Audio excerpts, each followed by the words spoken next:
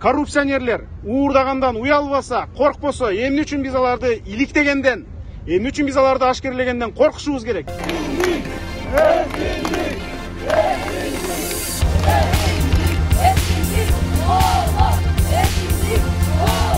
Эмне үчүн биз оозубузду жаап калышыбыз керек?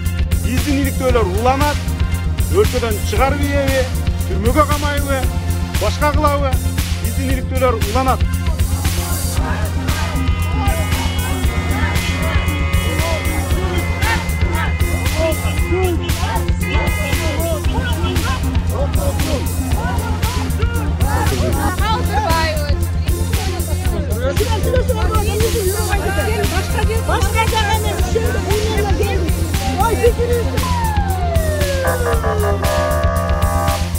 Машина Горького, машина.